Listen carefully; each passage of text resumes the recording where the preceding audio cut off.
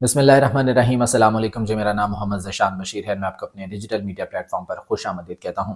گزشتہ 24 گھنٹوں میں وطن عزیز میں بہت سی ایسی ڈیولپمنٹس ہوئی ہیں جو کہ بہت سے سوالات چھوڑ گئی ہیں۔ وہ سوالات جو کہ ایک عام شہری کے، ایک عام پاکستانی کے ذہن میں آتے ہیں، لیکن اس کا جواب دینے کے لیے کوئی تیار نہیں ہے۔ بطور پاکستانی شہری، بطور عام انسان، میرے بھی وہی سوالات ہیں۔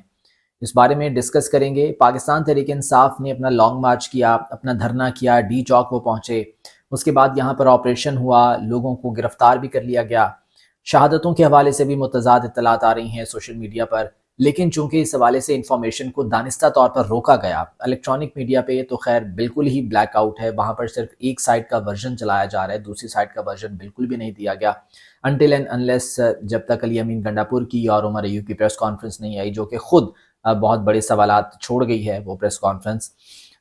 تو دانستہ طور پر انفارمیشن کو روکا گیا اس تمام تر صورتحال کے بعد، جس کی وجہ سے بہت سی کنفیوژنز پیدا ہوئی ہیں۔ اب وہ سوالات کے جواب کون دے گا کچھ پتہ نہیں ہے۔ پاکستان تحریک انصاف نے جو اپنا دھرنا کیا تھا، ان کا یہ کہنا تھا کہ یہ پرامن دھرنا ہے، اور اس کو وہ انہوں نے پرامن رکھا بھی۔ انہوں نے شیلنگ برداشت کی، انہوں نے تشدد برداشت کیا۔ اب سوال یہ ہے کہ وہ اتنی شیلنگ برداشت کرتے ہوئے، اتنا جو ہے وہ تشدد برداشت کرتے ہوئے، ریاستی جبر برداشت کرتے ہوئے وہ ڈی چوک تک جو ہے وہ پہنچ گئے، تو ڈی چوک میں ایسا کیا ہوا کہ وہ وہاں پر شیلنگ اور اس طرح کا جبر برداشت نہیں کر سکے؟ حکومت کا تو یہ موقف ہے نا کہ وہاں پر کسی بھی قسم کی کوئی فائرنگ نہیں کی گئی، کسی بھی قسم کا کوئی آتشی اسلحہ استعمال نہیں کیا گیا، اسٹریٹ فائرنگ نہیں کی گئی۔ تو پھر ایسا کیا ہوا؟ کیونکہ شیلنگ تو آپ پہلے بھی کر رہے تھے۔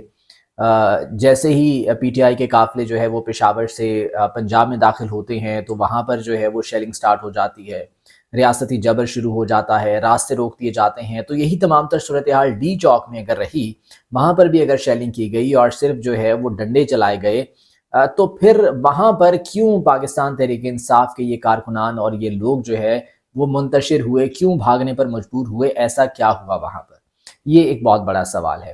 اس کے بعد جب شہادتوں کے حوالے سے تحریک انصاف نے بات کی، سوشل میڈیا پر یہ کہا گیا کہ جی ہماری اتنی شہادتیں ہو گئی ہیں، اتنے لوگ جو ہے وہ جاں بحق ہو گئے ہیں، تو اس کو ایک جھوٹا پروپیگنڈا قرار دیا گیا حکومت کی جانب سے، اور صرف حکومت کی جانب سے نہیں بلکہ اس پر ہسپتال نے بھی باقاعدہ طور پر وضاحت جاری کی، ایک نوٹیفیکیشن جاری کیا، ایک مراسلہ جاری کیا، جس میں کہا گیا کہ جی ایسی کوئی بات نہیں ہے، کسی بھی قسم کی کوئی کیجویلٹی نہیں ہوئی ہے، کوئی شہادت نہیں ہوئی ہے۔ تو ایسی کیا قیامت آ گئی تھی کہ ہسپتال سے اس طرح کا نوٹیفیکیشن یا اس طرح کا مراسلہ جاری کروانا پڑا؟ یہ ایک بہت بڑا سوال ہے۔ خیر، اس کے بعد اب علی امین گنڈاپور اور عمر ایوب نے پریس کانفرنس کی، لیکن وہ پریس کانفرنس بھی بہت سے سوالات چھوڑ گئی۔ ان کی جانب سے کہا گیا کہ جی ہمارا دھرنا جاری رہے گا۔ یہ دھرنا کہاں جاری رہے گا کچھ پتہ نہیں ہے، کیسی ہوگا کچھ پتہ نہیں ہے، حکمت عملی کیا ہوگی کچھ پتہ نہیں ہے۔ تو اب صرف اور صرف تمام تر نظریں ہیں اڈیالہ جیل پر کہ وہاں سے عمران خان کا اگلا پیغام کب آتا ہے۔ ایم شور کہ عمران خان کو اس تمام تر صورتحال سے جب آگاہ کیا جائے گا، تو اس حوالے سے وہ کوئی نہ کوئی بات اور کوئی نہ کوئی ریئیکشن ان کی جانب سے ضرور آئے گا، اور وہ پیغام کیا ہوگا اب صرف اسی چیز کا انتظار ہے۔ تو اب دیکھتے ہیں کہ یہ اگلی ملاقات تحریک انصاف کے جو لیڈرشپ ہے ان کی عمران خان سے کب ہوتی ہے، کیونکہ جب عمران خان کو راضی کرنا تھا یہ دھرنا کینسل کرنے کے لیے ڈی چوک والا، تو تب تک تو صبح شام ملاقاتیں کروائی جا رہی تھیں، 2-2 گھنٹے ملاقاتیں، فرمائشی ملاقاتیں کروائی جا رہی تھیں، لیکن اب ملاقات کروائی جاتی ہے یا نہیں اس بارے میں کچھ پتہ نہیں ہے۔ خیر، وسعت اللہ خان صاحب نے ایک بہت خوبصورت تحریر لکھی ہے جی، اس تمام تر صورتحال کا انہوں نے احاطہ کیا ہے اپنی اس تحریر میں۔ میں وہ تحریر ذرا آپ کے سامنے رکھتا ہوں، کیونکہ وہ بہت سے سوالوں کے جواب جو ہیں وہ آپ کو اس تحریر سے مل جائیں گے۔ وسعت اللہ خان صاحب لکھتے ہیں کہ آپ پی ٹی آئی کی فائنل کال کے انجام کا بھلے مذاق اڑا لیں، یہ نون لیگ والوں کو اور حکومت کو یہ ایڈریس کیا جا رہا ہے۔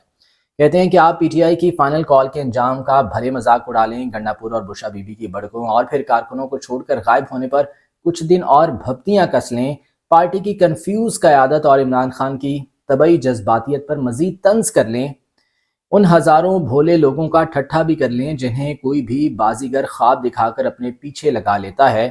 آپ خود کو فی الحال ناقابل تسخیر بھی سمجھ لیں، حکومت کو یہ کہا جا رہا ہے کہ آپ خود کو فی الحال ناقابل تسخیر بھی سمجھ لیں، مگر کیا اس سے بنیادی مسئلہ حل ہو جائے گا؟ آپ کہہ سکتے ہیں کہ اتنے برس گزر جانے اور پچھلے 2 سال سے اس قدر ریاستی دباؤ سہنے کے باوجود پی ٹی آئی میں سیاسی بلوغت کی کمی بدستور ہے، مگر پھر آپ کون سے رستم نکلے جو 8 فروری سے اب تک ایک پتا بھی کھڑک جائے تو ہوائیاں اڑنے لگتی ہیں۔ پی ٹی آئی کے اندر اس وقت قیادت کا جو فقدان ہے، اس کے ہوتے ہوئے اگر سپریم کورٹ کے فیصلے کے مطابق اسے مخصوص نشستیں دے بھی دی جاتی تو آخر کیا قیامت آ جاتی۔ محسن نقوی صاحب اور یہ تمام تر لوگ کہتے تھے نا کہ جی اسلام آباد ہائی کورٹ کا حکم آ گیا ہے، احتجاج نہیں ہو سکتا۔ یہاں پر تو عدالتی احکامات بہت جلدی نظر آ جاتے ہیں، لیکن وہ عدالتی احکامات نظر نہیں آتے۔ مخصوص نشستوں کے حوالے سے فیصلہ آیا، کوئی عمل درآمد نہیں ہوا۔ الیکشن کے حوالے سے فیصلہ آیا تھا، یہی محسن نقوی صاحب تھے نا اس وقت نگران وزیر اعلیٰ پنجاب، کوئی فیصلہ نہیں ہوا۔ لیکن اب محسن نقوی صاحب یہ کہہ رہے ہیں کہ اسلام آباد ہائی کورٹ کا فیصلہ آ گیا تھا، اس پر ہم نے مکمل عمل درآمد کرنا ہے۔ یہ ہے ان کی منافقت۔ اچھا جی، اس کے بعد کہتے ہیں پھر سے یہ نون لیگ والوں کو، حکومت کو ایڈریس کیا جا رہا ہے۔ کہتے ہیں کہ آپ کو کس خوف نے 26ویں آئینی ترمیم ریکارڈ مدت میں منظور کرنے پر مجبور کیا، یا اس سے پہلی الیکشن ایکٹ 2017 میں قلعہ بند ترامیم پر راتوں رات اکسایا، یا مقدمہ در مقدمہ ایک ایک کو کیوں رسی در رسی کسنا پڑا؟ اتنے مقدمے عمران خان پر پی ٹی آئی پر بنا دیے اور ایک ایک مقدمے پر خاص توجہ دیتے ہوئے اس کو جو ہے وہ اتنا ٹائٹ کرنا پڑا کہ اس سے جو ہے وہ باہر نہ نکل سکے، لیکن پھر بھی عمران خان میرٹ پر ان کی سزائیں معطل ہوئیں، ان کی ضمانتیں ہوئیں اور انہیں بری کیا گیا۔ پھر لکھتے ہیں کہ جی منصور علی شاہ چیف جسٹس اگر بن جاتے تو زیادہ سے زیادہ کیا ہو جاتا، کون سی قیامت آ جاتی، ان کا بھی راستہ رکا گیا تھا۔ مگر وہ جو کہتے ہیں نا کہ جب ہاتھ میں ہتھوڑا ہو تو ہر چھوٹا بڑا مسئلہ کیل نظر آتا ہے۔ خیبر پختونخوا میں اس وقت وفاق کے تعینات کردہ چیف سیکرٹری کو وزیر اعلیٰ سے زیادہ اختیارات حاصل ہیں۔ 2014 کے دھرنے کو چھوڑ کر اب تک پی ٹی آئی نے اسلام آباد کی جڑوں میں بیٹھنے کی جتنے بھی کوششیں کی سب ناکام ثابت ہوئیں۔ اس بار ایسی کیا انٹیلیجنس رپورٹس تھیں جن کی روشنی میں آپ نے نہ صرف دارالحکومت بلکہ پورے پنجاب کو کنٹینرستان بنا دیا؟ 3 صوبوں کی پولیس منگوا لی، پشاور تا ملتان موٹر ویز بند کر دیے، لاہور کی از خود مکمل رضاکارانہ ناکہ بندی کر دی، ٹرین سروس معطل کر دی، آدھے ملک میں انٹرنیٹ سروس گڑبڑا دی۔ کیا وجہ ہے کہ آپ کو خیبر پختونخوا کے بندوبستی علاقوں میں کالعدم طالبان کی مسلسل کارروائیوں، ضلع کرم میں لگی آگ اور بلوچستان کی دن بدن پھیلتی بدامنی سے زیادہ ڈیجیٹل دہشت گردی اور وی پی این کی بے راہ روی کی پریشانی ہے؟ سارا فوکس تو ڈیجیٹل دہشت گردی پر ہے، وی پی این بند کرنے پر ہے، سوشل میڈیا کو ریگولیٹ کرنے پر، اسے بند کرنے پر ہے، لیکن سیکیورٹی کی جانب جو ہے وہ حکومت کا کوئی کنسرن نہیں ہے، کوئی توجہ نہیں ہے۔ پھر کہتے ہیں کہ مانگے تانگے کی سرتوڑ کوششوں سے معیشت ذرا سی بہتر ہونے کے آثار نمایاں ہوئے تو اس کا جتنا منافع اگلے 3 برس میں آنا تھا وہ آپ نے سڑکیں بند کر کے، ای کامرس پر ہتھوڑا برسا کے اور گورننس کی کنٹینرائزیشن کر کے ہفتے 2 ہفتے میں ہی پیشگی خرچ کر ڈالا۔ پھر بھی آپ کو اندھا بھروسہ ہے کہ بیرون ملک بیٹھے پاکستانی بین الاقوامی کاروباری ادارے اور خلیج کے شیخ اپنا سرمایہ پاکستان میں لگانے کو بری طرح بےتاب ہیں، جبکہ حالت یہ ہے کہ پی آئی اے جیسا ہاتھی کوئی بھی بولی کی قیمت میں خریدنے کو تیار نہیں ہے۔ یہاں تک حالات ہیں۔ مزے کی بات یہ ہے کہ اس پوری گیم میں عام آدمی نامی مخلوق مکمل باہر ہے۔ اس کے ووٹ کی تو خیر کبھی کوئی وقت رہی نہیں، اب تو معیشت میں بھی اس کا حصہ ٹیکس اور یوٹیلیٹی بلز کی ادائیگی تک محدود ہو کر رہ گیا ہے۔ عرصہ ہوا تعلیم، صحت اور روزگار اس کے لیے وہ ڈگڈگی بنا دیے گئے ہیں جو ہر کماش کا سیاستدان اسے بندر کی طرح نچانے کے لیے استعمال کرتا ہے۔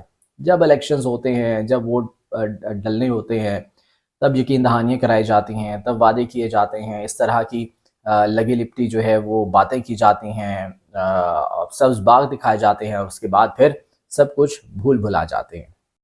اچھا، اس کے بعد دوبارہ اب حکومت کو جو ہے وہ مخاطب کر کے کہا جا رہا ہے کہ فرض کریں آپ یہ سب فتح بھی کر لیتے ہیں، سب کچھ آپ حاصل کر لیتے ہیں اپنے فائدے کے لیے، آپ سب فتح کر لیتے ہیں اور شاید آپ نے کر بھی لیا ہے، تو اب آپ اختیارات کا حمالیہ بنا کر اس پہاڑ کا کریں گے کیا؟ کوئی ایک مسئلہ بھی بخوبی حل ہو جائے گا؟ امن و امان کم از کم اس جوگا ہو جائے گا کہ معیشت کا پہیہ چل پڑے؟ کیا آپ کی منشا کا سیاسی استحکام آ جائے گا؟ دشمنوں کو تو جانے دیجئے، کیا دوست ممالک بھی آپ پر پہلے جیسا اعتماد کرنا سیکھ لیں گے؟ کچھ تو بتائیے کہ آپ فیصل آباد کا اختیاراتی گھنٹہ گھر بنا کر ایسا کیا ہدف پالیں گے یا پانا چاہتے ہیں جو آپ کے سوا کسی کی سمجھ میں نہیں آ رہا؟ اس وقت مجھے وہ لاڈلا بچہ کیوں یاد آ رہا ہے جو ہر کھلونا حاصل کرنے کے لیے اپنے پالن ہاروں کی زندگی عذاب کر دیتا ہے، اور جب اس کے پاس سینکڑوں من پسند کھلونے جمع ہو جاتے ہیں تو پھر اس کی سمجھ میں یہ نہیں آتا کہ ان کا اب کرنا کیا ہے۔ آج کی ویڈیو سے اجازت دیجیے، اللہ نگہبان۔